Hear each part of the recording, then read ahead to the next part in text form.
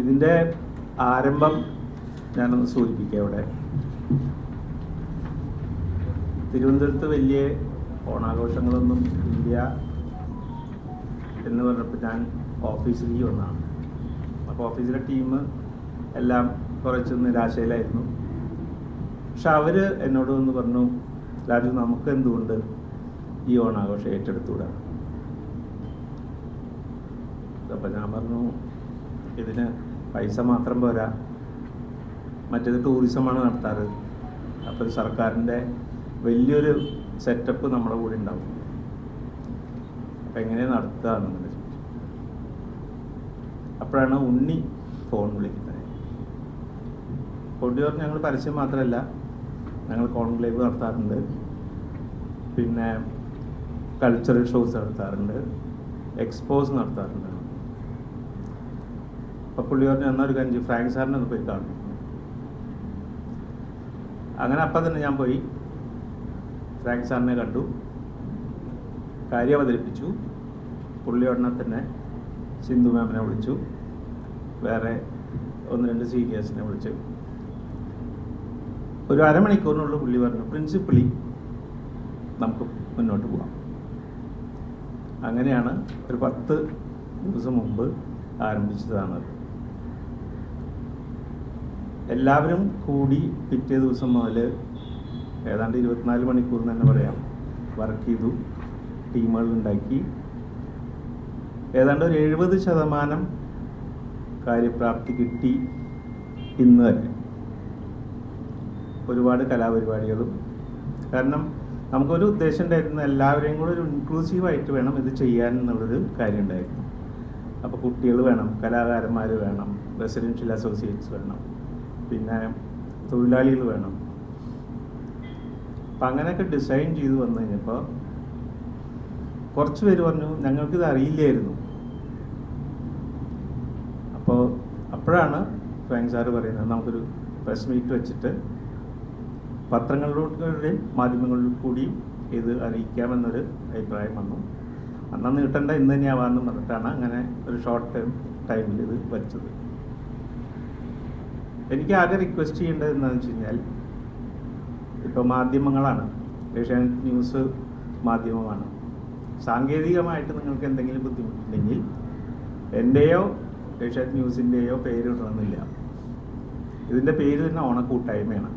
അപ്പം നമുക്കൊരുമിച്ച് ഇതൊന്ന് പ്രൊമോട്ട് ചെയ്യാവുന്നതേ ഉള്ളൂ. ആദ്യം ഞാനിതിൻ്റെ ഡീറ്റെയിൽസ് തരാം എല്ലാവർക്കും, അതൊന്ന് പബ്ലിഷ് ചെയ്ത് സഹായിക്കണം. പിന്നീട് ഓരോ ദിവസവും ഇപ്പം കനകക്കുന്നിൽ ഇന്ന് ഒരു ചെറിയ കോളം കൊടുക്കുക. അപ്പം അന്ന് നടക്കുന്ന എല്ലാ പരിപാടികളുടെയും ലിസ്റ്റ് തലേ ദിവസം തന്നെ എല്ലാവർക്കും എത്തിച്ചിരുന്നതാണ്. അങ്ങനെ എല്ലാവരും കൂടെ സഹായിച്ച് ഇതിനൊരു വൻ വിജയമാക്കി തരണമെന്ന് അഭ്യർത്ഥിക്കുന്നു.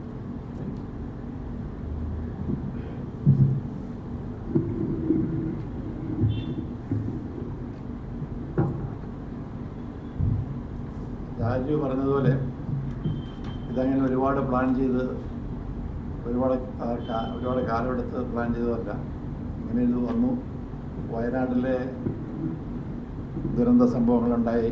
അതിനുശേഷം അവരുടെ കൂടെ എല്ലാവരും നിൽക്കുന്ന സമയത്ത് അവരുടെ വേദനകൾ മറന്നിട്ടല്ല, അവരുടെ പ്രശ്നങ്ങൾ മറന്നിട്ടല്ല, അല്ലാതെ ഉണ്ടല്ലോ അവരിപ്പം മറ്റുള്ള സ്ഥലങ്ങളിൽ ഈ ഓണത്തിൻ്റെ കാലത്ത് അവരുടെ കലാവൈഭവങ്ങളൊക്കെ പ്രകടിപ്പിക്കാനായിട്ട് സാധിക്കുന്ന ഒരുപാട് ആൾക്കാരുണ്ട്.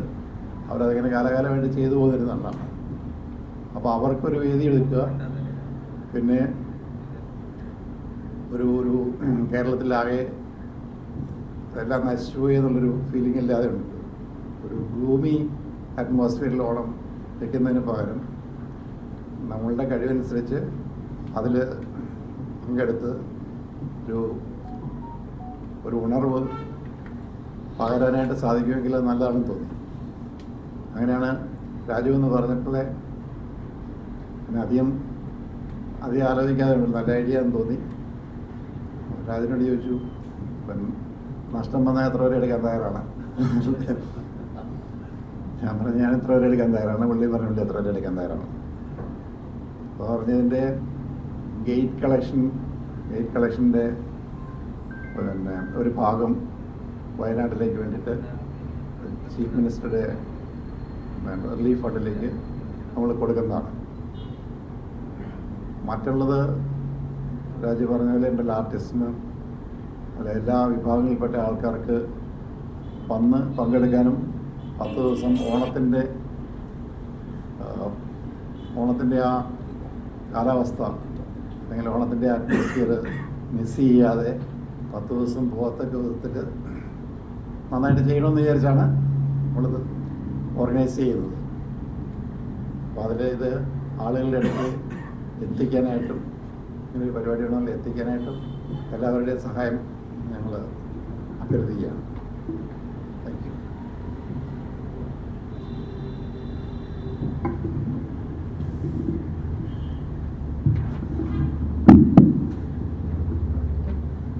ഈ ഓണത്തിൻ്റെ സമയത്ത് തിരുവനന്തപുരത്ത് കുടുംബങ്ങൾക്കും കുട്ടികൾക്കും ഒക്കെ സമയം ചെലവഴിക്കാൻ പറ്റുന്ന ഏക ഒരു സ്ഥലം എന്ന് പറയുന്നത് ഈ ഓണാഘോഷവേദിയായിരുന്നു ഇതുവരെ.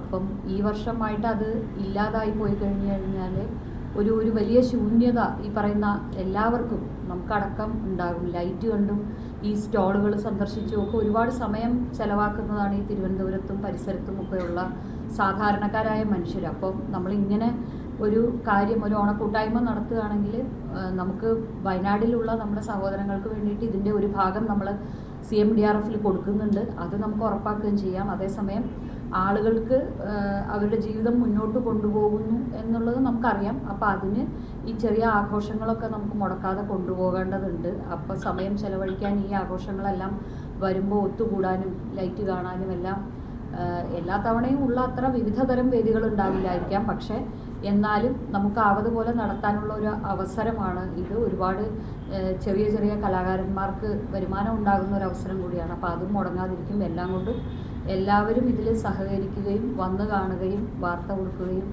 എല്ലാം ചെയ്യണം എന്നാണ് ഞങ്ങളുടെ ഒരു അഭ്യർത്ഥന.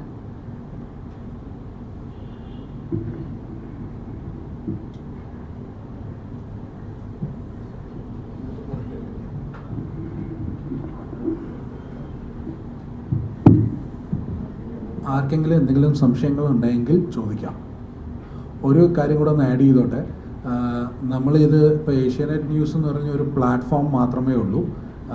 എല്ലാവരും അതിനകത്ത് എന്താണ് ഒരു കൂട്ടായ്മയിൽ, അതാണ് രാജുഭായ് പറഞ്ഞ പോലെ ഒരു കൂട്ടായ്മയാണ് നമ്മളിവിടെ നോക്കുന്നത്.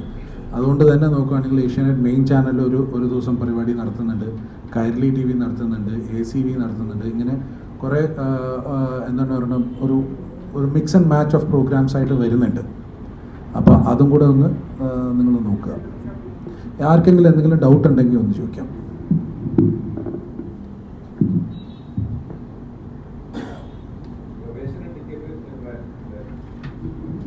₹50 വെച്ചേക്കുന്നത്.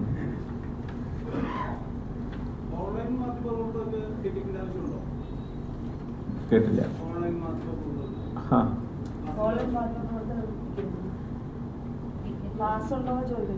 ഓൺലൈൻ മാധ്യമങ്ങൾക്കാണ് നമ്മളൊരു കൂട്ടായിട്ട് നടത്തല്ലേ. ഇതിൻ്റെ ടിക്കറ്റിൻ്റെ പൈസയിൽ പകുതിയോളം ഞങ്ങൾ ഇവർക്ക് വയനാട്ടിൽ കൊടുക്കാൻ ഉദ്ദേശിക്കുന്നുണ്ട്. അപ്പോൾ ഒരു ഭാഗം എന്തായാലും അവിടേക്ക് എത്തിക്കും. ഫ്രീ പാസിനെ കുറിച്ചിട്ട് ഇതുവരെ ആലോചിച്ചിട്ടില്ല. പക്ഷെ മീഡിയയ്ക്ക് കവറേജ് നൽകണമെന്നുണ്ടെങ്കിൽ അത് ആലോചിക്കാവുന്നതേ ഉള്ളൂ.